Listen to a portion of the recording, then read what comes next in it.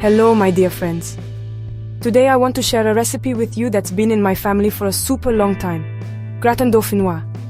This is real French comfort food. Yummy, soft potatoes, just like my grandma used to make on Sundays.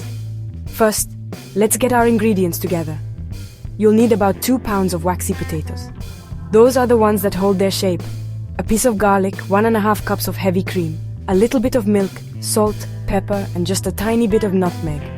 Real Gratin Dauphinois doesn't use any cheese. I know it sounds like it should, but trust me on this one.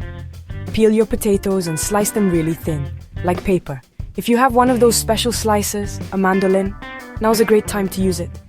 Rub your baking dish with that piece of garlic, then put a good amount of butter all over it. This is what makes the gratin smell so amazing. Now lay the potato slices in the dish, letting them overlap a little bit. Sprinkle each layer with a little salt, pepper, and just a tiny pinch of nutmeg. When your dish is full, pour the cream and milk over the potatoes until they're just covered. Now, we need to be patient. Bake it slowly for about an hour at 320 degrees Fahrenheit, that's 160 Celsius, until the potatoes are soft and the top is golden brown and bubbly.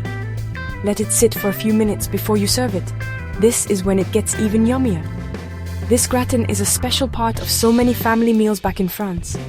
Serve it with roast chicken or just a green salad. It's also great with a glass of wine. It's simple, it's honest, and oh, it's so good. Thanks for joining me in my kitchen today. If you like this recipe, please hit that subscribe button, and welcome to Global Family Cookbook. See you next time, and as we say in France, bon appétit. Enjoy your meal.